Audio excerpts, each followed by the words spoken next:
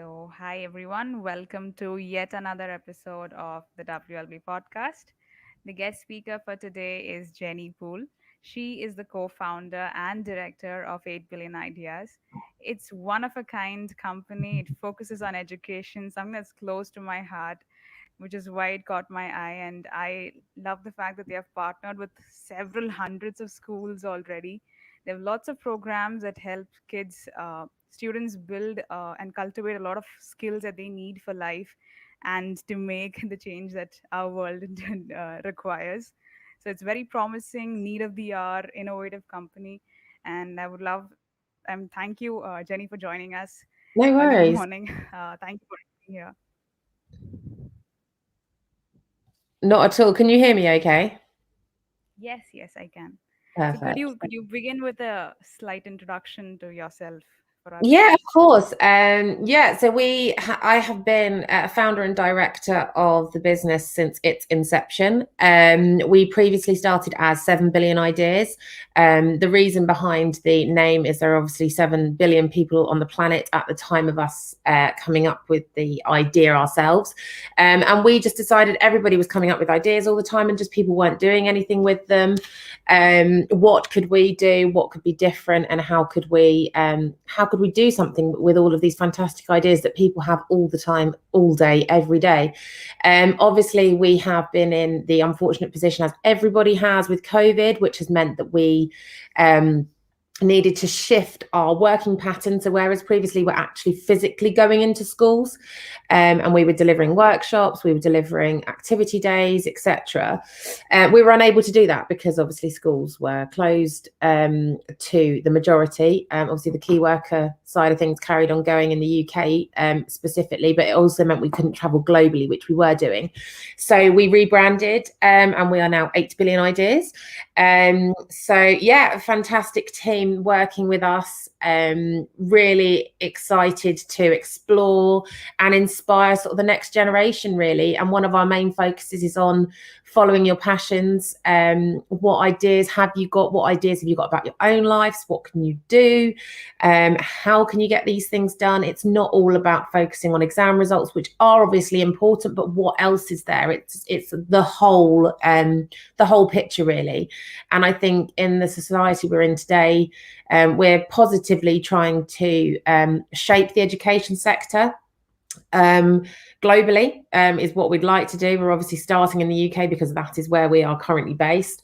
But I think the good side of COVID has meant that we're actually able to broadcast and go anywhere in the world. We were able to do that before because obviously we were traveling. We were across the globe. But now I think the fact that actually you can do something like we're doing now is incredible. Whereas before that could have been a week's trip for me to come and have this conversation with you. Now it's me logging on to my Zoom call and off we go. It's absolutely crazy when you think of it like that. And I think it's now so much more widely accepted that this is an appropriate use of technology and a fantastic use of technology. So sorry for my incredibly long-winded answer to your question, but yeah, that's a bit of where we're at. That's amazing. I mean, I definitely love the way that you've started. So, just let us just break it down. So, when you started, what year was it? How long have you been with this company? So we started the business, the 7 billion ideas started in 2012. And we have been doing 8 billion ideas since 2021, really. The beginning, we relaunched in Mm-hmm. April of this year. So the business Right. isn't brand new, but the relaunch and everything we're trying to do now is. Uh-huh. So, in 2012, I mean, what was your first partnership with the school like? I know things have changed a lot, and I know kids are finding it really hard right now. But I think at that time, what was the situation when you? I'm just trying to understand what did 7 billion ideas offer to a school that's running perfectly fine on its own with their own curriculums. Though I hardly disagree with their curriculums. Most of the curriculums are quite old. But Mm. what did 7 billions ideas offer to them? So initially? what we were coming in and working on with the schools was all around entrepreneurship and enterprise. So it's something that most schools don't really start to look at until, especially in the UK, until students are in year 10. Year 10, year 11 doing their GCSEs. So that's kind of when it starts getting looked at with regards to business studies and kind of the general studies side of things when they do A levels over here. And we looked at so many different factors. I mean, I need to get this properly sewn up, the fact that I've got, but there is a case to say that most 7-year-olds, by the time they are 7, have kind of already decided what they do or don't want to do. So if you think about the fact, take yourself back to when you were 7, you kind of probably already realised, I really love English, but I don't like doing maths. And that's probably already, without even you realising it, you've cut off quite a lot of stuff that maybe if somebody kind of pushed you a bit more into that direction or discussed it a bit more with you or said, I know you might not love maths, but if you want to be a pilot when you're this old, you're going to need to have a look at this. But actually, if you don't look at it at this point, it might mean that you effectively have to either do extra qualifications as you grow up, but also if you don't focus on it, it might mean it's something that actually becomes out of your reach. So I think it's one of those things that we were quite conscious that from a careers perspective as well, that it's actually talking to the students and understanding what it is that they do enjoy, following their passions when they're at school. So we would go into the schools and we would offer, to start with, we were offering assemblies. So we were just talking to students about our own experiences, talking about ideas, getting them to come up with ideas themselves, getting them to do presentations. And that, we started going into the lower end of secondary school. So 11 to 14-year-olds kind of age. That's where we started doing assemblies because we wanted to speak to as many students as we could. And then just as we were doing more and more assemblies, teachers, head teachers were seeing us and saying, this sounds fantastic. We really like what you're doing. We'd love to speak to the entire school. We'd love you to talk to our sixth form. We'd love you to talk to our prep schools. And then it kind of grew from there because it's just something that I think people just see the value in actually sitting down and having that conversation. Now, I know for a fact when I was at school, my careers discussion, for example, was with the librarian. She was a lovely lady, but she had no clue about me, and ironically suggested that I should be a librarian. Now, you probably already realised from our short conversation so far, I don't think I'd be a very good librarian because I'm not very good at keeping quiet. So yeah, it's just one of those things. We just want to, our whole ethos is about giving students the belief that they can have the skills to change the world. Why not? Why can't that be everybody's thoughts? Yeah, absolutely. That's amazing to think that you started that early. So I have interviewed another podcast guest, was somebody who had a similar thing, but they had it for only people who were in college. And in Okay. India, that is a time where people actually think about, okay, what do I want to do with my life? Because till then, it's like, okay, let's just get over with school and let's get over with all of the exams. But you guys have started right from age 6 and 7. That is amazing. Mm. We just think it's really Yeah. important because I myself I have a 4-year-old. He's in the reception year. He's young in his year group in school over here. He already knows he loves doing this. He doesn't like that as much. And he's 4. And I can say to him, what do you want to be when you grow up? And yesterday it was a policeman, day before it was a builder. It changes, right? And that doesn't matter. But what I said to him, and me and my husband say to him, is you can do whatever you want as long as it makes you happy. There's a statistic for the UK that 85% of people in their jobs aren't actually happy with what they do. That's a staggering statistic to think that there's people waking up every morning, going to work and doing a job that they don't really like that much. They're not that passionate about. And if that's something we can influence, that means that people are happier in their working life. You spend so much of your working life at work. I know it's different now with people working from home, but you're still physically working. And we just think it's really important to try and do something that you enjoy, follow your passions. There's jobs that don't even exist yet that probably my son's age group will be doing in 20 years time, and the jobs don't even exist. Was podcasting even anything that happened 20 years ago? No. Now look at the people doing podcasts, right? It's incredible when you think about it like that. Yeah. and it's lovely to know that we're actually solving it this early. So that is training them for finding out. Like I think it's just lack of awareness to a lot of extent. Like people just don't know about the variety of careers that are there. And yeah, like creative areas, like I don't any okay, my job is my day job is software development, but I do this on the weekends and sometimes when I have a little free time. But there are people who take this up on a full-time basis, so I think awareness about that helps. So once a kid actually has an idea, and maybe wants to have a one-on-one session, or dig deeper into what are the things that I need to do you curate programs for that person specifically? Yeah, so on our website, 8 billion ideas, we have a section on our website which is all about exactly that. So we have mentors they can talk to if they've got something fantastic that they want to share with people. We can give them some direction, think about where they can take their ideas. Have they thought about this? Have they thought about that? What's their target audience?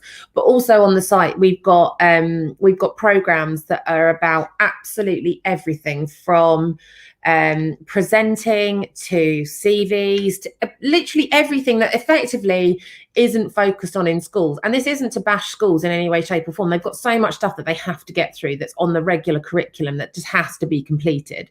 That is what it is, and that's what they're doing. And what we want to do is supplement that. We think it's really important that students aren't actually at school for that much of their waking time. It sounds like a long time to be, but in the UK, they're there for sort of 6 hours a day. The day's 24 hours long and they don't sleep for the rest of that. So what's going on either side of the school day and that kind of thing? And what we want to do is be effectively that second school to them, that second place they can go and learn more. So we're always open to people if they want to get in touch and share ideas with us and ask for advice. We're more than happy to do that. Like I said, we have on the 8 Billion Ideas site, we have our mentor function to discuss that. But yeah, we have so much stuff that we are working on, promoting, trying to do. For the older age group, we've got an accelerator course, which is all about effectively accelerating them and looking at what can they do, what are their passions, what are they focusing on, what do they want to do, how's their CV looking. And then at the end of the course that they would do with us, they come out with one of the things that you tend to find when you're looking for jobs is, what experience do you have? And I think it's really important to help people with that experience, because if you've only ever been in school and you might have done a paper round or worked in the local shop or potentially done a bit of waitressing, because that's kind of the only stuff you can do up to a certain age, then what experience do you have? You don't really get a chance to have it. So we want to give students some experience, and then they can share. We like to give them a kind of reference almost that they can share on their college applications, university applications, job applications, apprenticeships, because it's not all about now kind of you go to school, you go to sixth form, college, you go to university. That's not kind of that's the traditional pattern, and that seems to not be the same way, especially since COVID, because as everybody's found, so much stuff can be done in a different way now. So it's positive. It's positive and negative. Obviously, there's been lots of negatives. We know that, but I think it's important to focus on what actually has been positive from this experience. And like I said, not needing to do the travel that people were previously doing if you don't need to do it is important. And I'm kind of answering your question and answering about 5 others at the same time. So sorry if I'm going slightly off track with my responses. Yeah. So I think when you mention like how your son has different ideas of whom he wants to be, I think it's not just kids, even people, like I have just like 4 years of experience, but I still want to change something. Like there are these articles that come up on LinkedIn that says, isn't everybody ready for a midlife career switch? And like somebody who was a lawyer wants to become a doctor, and Yeah. then they go and study for 5 years. So like, have you met any kind of a person who took up your accelerator program or any one of your programs? There are so many on your website, like who had a mid-career life switch? So many people. And interestingly, whenever we talk to, if we go and do an assembly or an open day at schools, you tend to find the parents going, is this for my age group as well? I'd love to do this. I think this is fantastic. This would be really interesting, which is, and that's kind of one of the reasons we've pushed on and decided to go actually for the adult age group as well. So obviously our focus is education, and education people think is just schools and students. But, like I said, our strapline, giving students the belief to change the world. It's not students, is anybody that wants to learn. That's not just, kids of school age. It's anybody that wants to learn. So yeah, we've come across so many different people that have decided, I'm trying to think of an example because you throw me slightly. I'm trying to think of one off the top of my head, but I know people that have gone, they've worked in project management for 30 years and then gone, do you know what? My passion is actually to be a piano teacher. Okay. And then they decided to do that, and then off they've gone. And there's various reasons why people do different things, right? Sometimes people need to do that particular job because they need the funds to be able to fund their passion, and that makes complete sense. But I think there's a quote I've heard that if you enjoy your job, you'll never work a day in your life, which sounds fantastic, right? That's obviously the dream for everybody. And there's always elements to everybody's jobs that you don't like doing. And I'm the first to put my hand up and say, I am not an admin person, and I would happily not do that if I couldn't. But sometimes those things have to get done. But I'm really passionate. David, the CEO of 8 Billion Ideas, we're really passionate about getting the focus on children, understanding, especially children from an early age, what is it that you are passionate about? What makes you happy? What is it that and by the way, it's okay if that changes in a year's time because you're only 6 or 7. That's okay if that changes in 10 years' time, as long as you're just thinking about it and you're aware of it.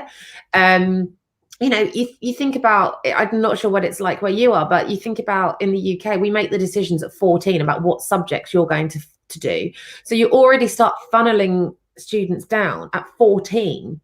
That seems so early to me. And then you do find that people later in life go, I did that when I was that, but actually now I've had to do a foundation course in this, or I've had to go and do a law conversion course, or I've had to go and do an arts foundation thing over here because I didn't do the correct subjects then. So I'm now having to do it now. And that's not a bad thing. That just shows but they've thought about it later on. And then exactly, which again, like I said, it's not a bad thing, but you might have adults exactly like you said in that position where they have changed their role or changed their job.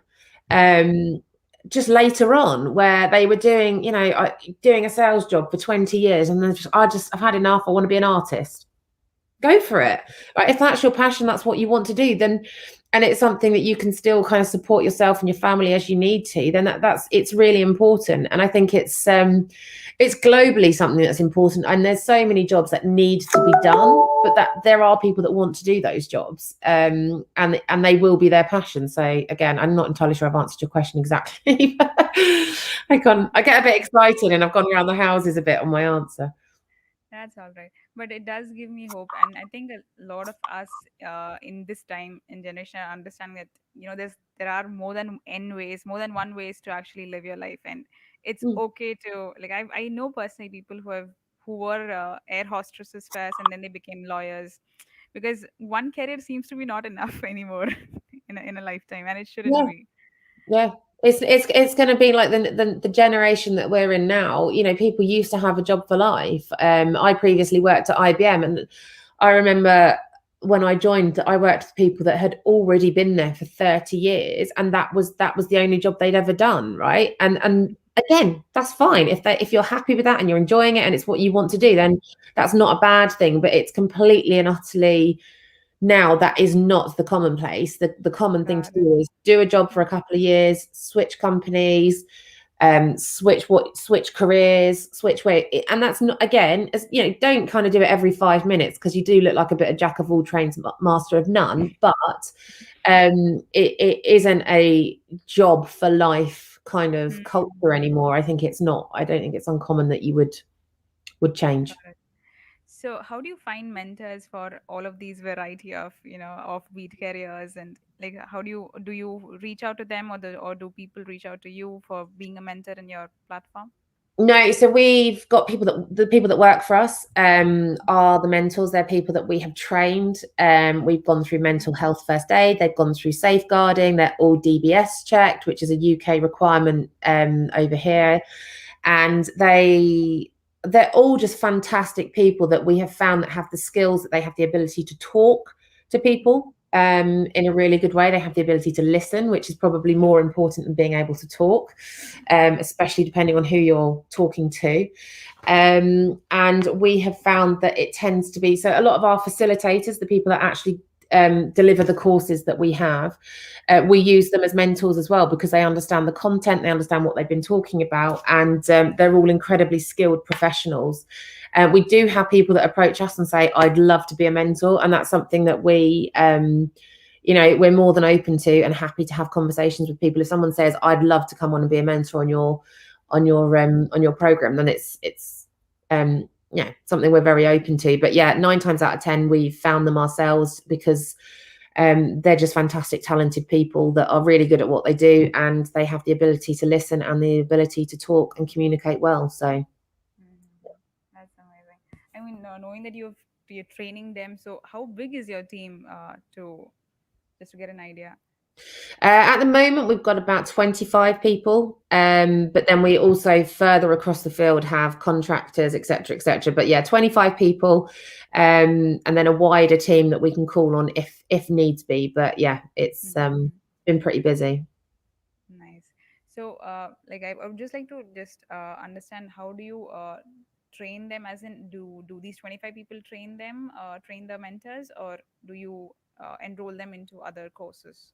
So that we do a lot of our training in-house. We have a fantastic HR director. She's involved in all of the training, and like I said, we've recently done some mental health first aid, which is really important, especially with everything going on generally in the world at the moment. And yeah, all of our safeguarding all has to be done, and then it's just continual training.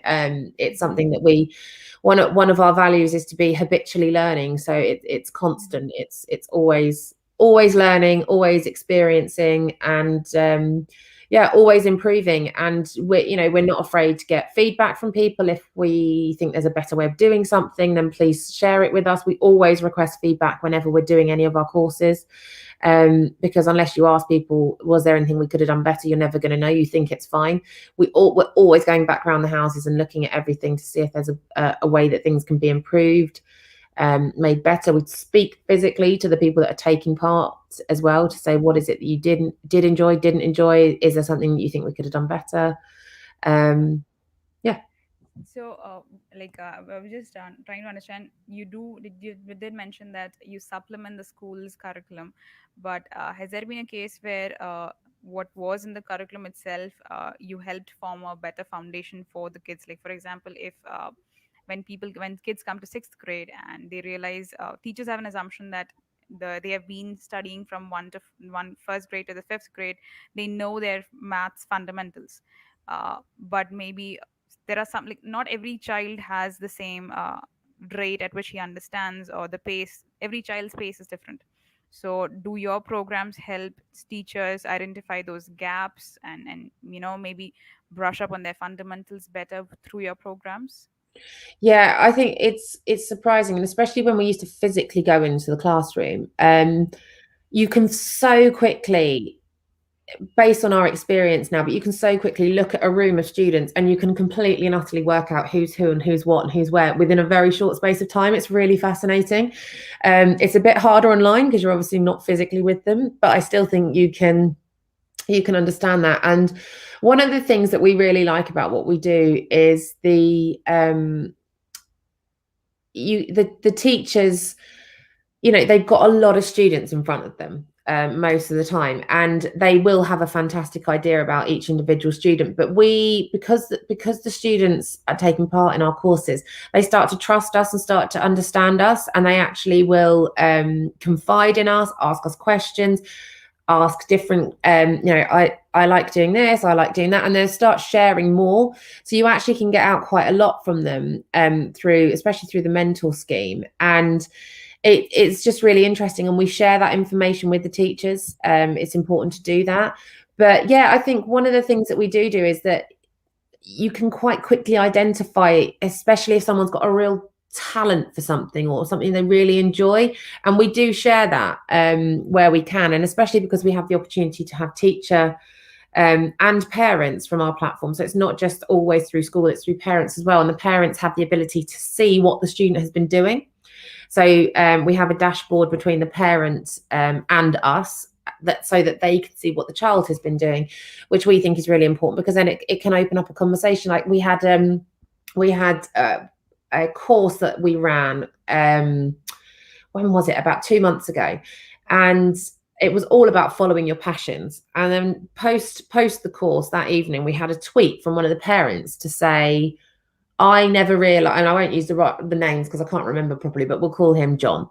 So I never realized John was really interested in rugby and wanted to travel to New Zealand. This has opened up an entirely new conversation around our dinner table. And that's exactly what we wanted it to do. He sat down and had sort of that the talk with us, and gone through the program with us. It's made him think, and then he sat down and had that conversation with his parents. That's so important, and you can't take for granted that just happens, because it doesn't everywhere. That's just how things are. So I'm sorry, I'm not using the best examples. I'm trying to think on my feet, but that to us was perfect, an exact example of what we're trying to achieve. It's getting those conversations around the dinner table, around the coffee machine for those not in school. It's all those kind of what is it? What is it that you want to do? What are your passions? What is it that you like talking about? What is it that you want to focus on? What makes you happy? That's amazing. So, do you have? So, I did come across something called intrapreneur.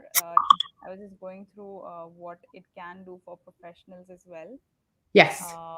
So, do people start companies within their companies? Is that? No. So no, we don't want to promote that, because that's obviously not particularly helpful. So the whole point, an intrapreneur is somebody that works inside a business and doesn't necessarily want to go and start their own business, but has lots of ideas and has lots of ways that they want to improve the current business. So it's somebody that isn't about to go and steal all the IP from the business and head off. It's somebody that wants to improve their current working environment. They enjoy working there, they like doing what they're doing, but they want to be sharing their ideas and promoting the business from within, basically. So it's that kind of, the term intrapreneur is somebody internal, but that isn't trying to leave or take all the information. Got it. So, do you give a certificate to the person after the program is over, and or is it an ongoing process? How long does it happen? It depends what they're doing. Some of ours, some of them they get a reference, some they get a certificate, some it is it's ongoing. So it's a little bit of everything. Okay, nice.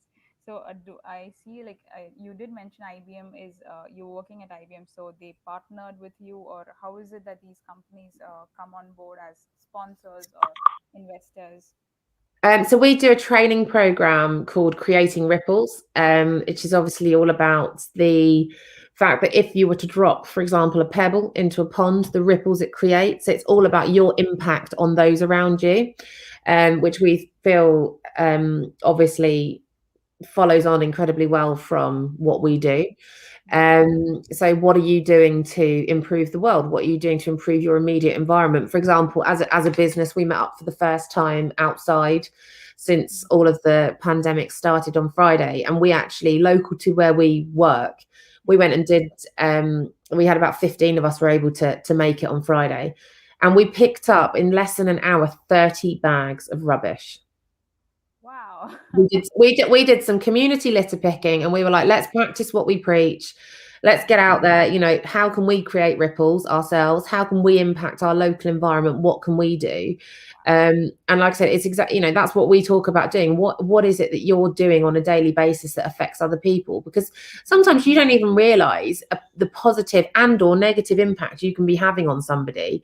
And if you can be obviously more positive than negative, then hopefully that helps the world go round in a much nicer way. So that's kind of our that was what we were doing there. But our Creating Ripples program is one of the things that we've been doing as a training program online into various different companies. So we've just been doing it with Dell, and it's been fantastic. It's just a really good way of getting people, like you said, so moving on from students, it's moving up further up to say, you know, what is it that you're what are you doing on a daily basis to improve and your own environment, others' environments? How are you impacting other people? How are you creating your ripples, basically? Nice. So, how has it? You did mention that you were global earlier before this, but I think now you are even more. Yeah, So, we're more accessible, that's for sure. We're definitely accessible. I mean, we can broadcast into classrooms now, which is just fantastic. You know, you can, while I'm talking to you now, some of the guys that are working for me are currently broadcasting into a school in Portsmouth, and they have 26 classes, physical separate classrooms of students going through one of our programs right now. So we're, like I'm talking to you, we have some of our facilitators physically talking to the classrooms, and it's fantastic because the teachers are in the rooms able to supervise the students, but then we're actually able to provide the content in this fantastic way. We've been doing that with the British School of Jakarta. We've been doing it with Harrow Hong Kong. We've been going, so the global reach that we were doing that anyway because we're physically visiting, but because we now can do it in this way, we can see more people and be available to more people in a much more accessible. that's nice. So, have you found any significant differences between schools in Jakarta or and UK, or has did you have to work a lot more in researching while you had to? I mean, when you were planning to go to a different country from UK, like, did you have to do a lot more research as to understanding the schools or how did you It's launch your program?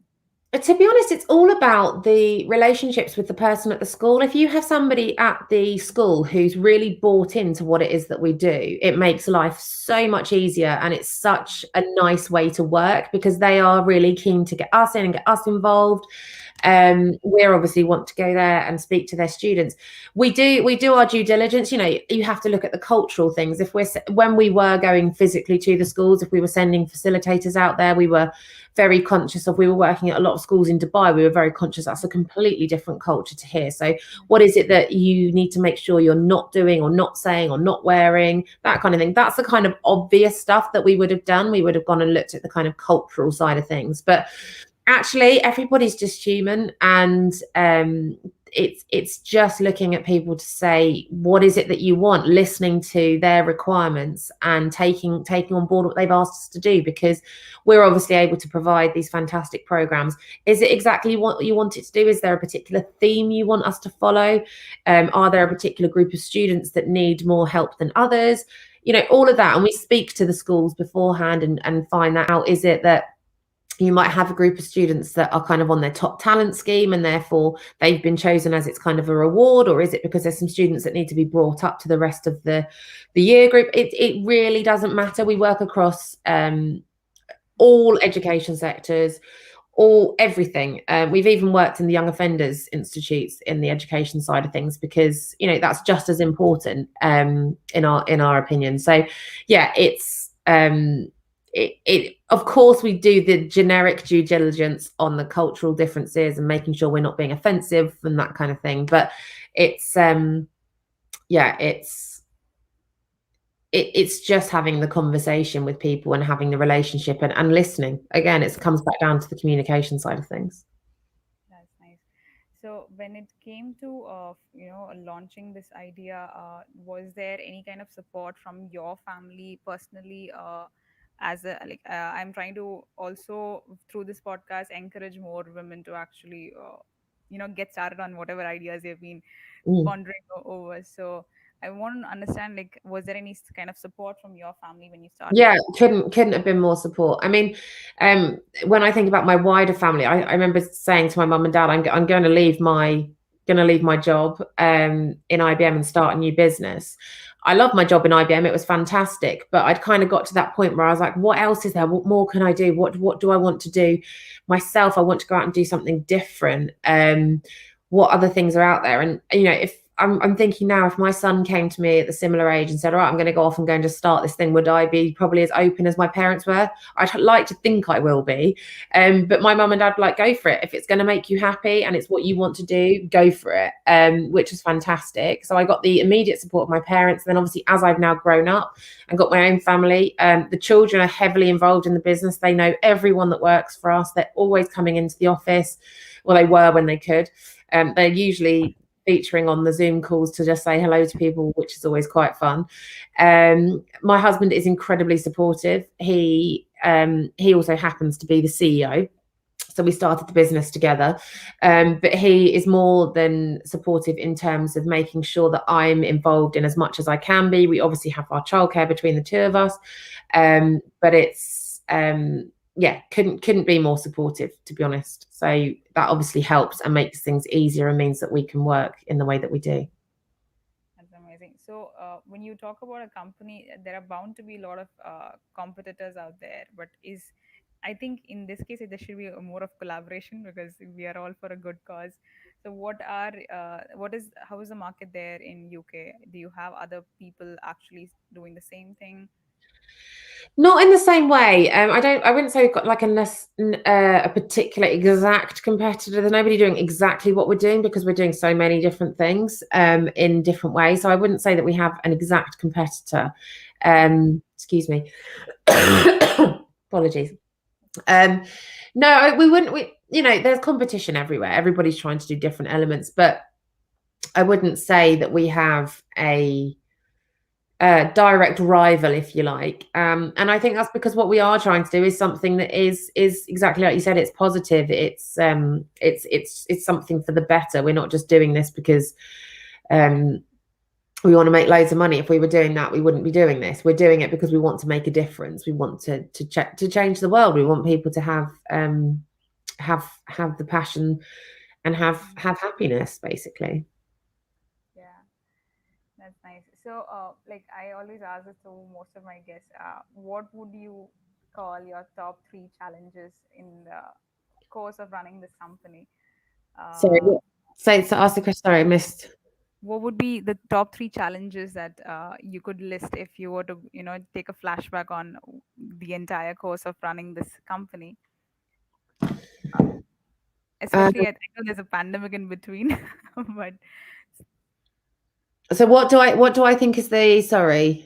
challenges like of running this company. I mean, there's Would lots. There's lots of challenges. I mean, I think one of the biggest challenges is having cash flow in order to function and continue. And obviously, COVID put paid to that early door. Well, at the beginning of the pandemic, that made things really difficult. So we had to move everything that we were doing physically to online. And that was really tough. That was a really difficult challenge. I think it's always trying to find talent is a challenge, which is we have some amazing people, but it's taken a long time to get them. The people that we now have are fantastic, but trying to get those people and trying to get somebody that fits in with the business, because I think something to remember, and it's an interesting one that we do talk to the students about, is that you may think you want a job in that company doing that role, but actually if you go to that interview and you don't particularly fit that company, it's not because it's you, it's just that you don't fit in that company. It's not, it's the kind of round peg in a square hole scenario. It's not going to, and I think it's something that people go, oh, I've been to 20 job interviews and I didn't get any of them. And actually, this is one of the reasons we like to sit down and kind of go through that, because it's, did you need to go to 20 job interviews? Well, it might have been good experience, some of it, but actually, if you think about, were you suited to all of those companies? Were those companies suited to you? Because it does work both ways. It's somewhere you might want to work. Everyone go, oh, I want to work at Apple. I want to work at Amazon. I want to work at Google. You might go to the interview and actually you're just not within the mold of what they're looking for, or that job just isn't going to work. And I think that's something important to think about when you're talking about the challenges of trying to find people, because it might be that someone goes, oh my God, your company sounds amazing, I'd love to work there. But then they come along and it's like, this just isn't gonna, and that's by the by. So that challenge is definitely talent acquisition, I would say, is a big one. And it's just trying to get our name out there and trying to share the message with people as best we can. is always going to be a challenge, and is something we want to let as many people as possible know about us, so that they can work through our programs, work on what we're doing. Absolutely. And I hope somewhere around I'll create a ripple maybe in spreading the word. Yeah. So uh that's amazing to know. Like I think what you just mentioned, though it was a challenge that you mentioned, even understanding that you might not actually fit the company and the company might not fit your needs, that's something that's a lot of us don't really think about. No, But thanks for sharing that. that's So okay. when you started this company, did you have anybody else in within your family that has had a business before and guided you through the entire process, or were you We alone on that side? We actually had a coach and mentor that we met at an event, who introduced themselves to us, and they were really pivotal in helping us, just having a sounding board, somebody to talk through what we were hoping to do and what we were thinking about. That was incredibly useful. And I've got some incredible friends that have started businesses, and we're always learning from each other about different bits and pieces. I've got a friend that started two different tea businesses, two different friends, two different tea businesses, a dog walking business. I try to think off the top of my head, a clothes business, all sorts of stuff. I've got so many friends that have started it, and it's just really interesting to have conversations with people and understand, what challenges have you faced, what things, it's very simple little things, like someone might go, oh, have you ever used, I mean, we use, what communication tools do you use? And it's just things like that. And you think, it's not something I would have thought about. What HR systems do you use? Well, when you're very small, you don't even think that you need an HR system because there's two of you. But actually, you need to start. How do you open a bank account? And all of this stuff is things that we talk about on all of our courses. How do you start a business? What do you do? So we've got a particular course on that for that very reason, because it's not something you are taught. It's very much finding your way. In the UK, you have to register on Companies House. Okay, how do you do that? Where do you start? What do you have to do for HMRC when you start a business? So I mean, they're probably challenges. They're probably better answers to the question before, but it's really useful having friends that have started businesses, for sure, because you can ask the obvious questions that, well, they don't seem obvious until you start asking them, and then you realize that everybody had the same problems when they were trying to work out, do you have business insurance? What do you need business insurance for? That side of stuff. So That's true. I was just going to ask you whether you have a course on that, but that's great. yes, we So do. yeah. So can anybody else sign up? Like, do we have to be a parent or a student in a No, school, or anybody. anybody can sign up on this? And from any country, it need not be a person in UK, right? Mm-hmm. It's all in English. Everything we do is in English, but yes, you can sign up from anywhere. Nice. So, just out of curiosity, how do you measure the success of a program? Like, do you have data analytics, or do you have a specific way to evaluate whether that was a success? Like, maybe if somebody took a writing course, somebody became an author out of that.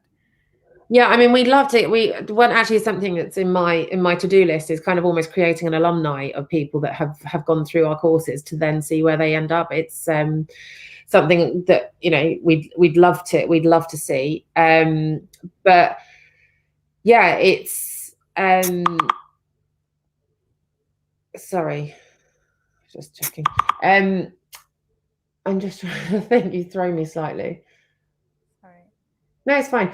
Yeah, I mean, it's definitely an interesting place to be and to work. That's for sure. Hmm. That's nice. Just like it would be one of my last questions.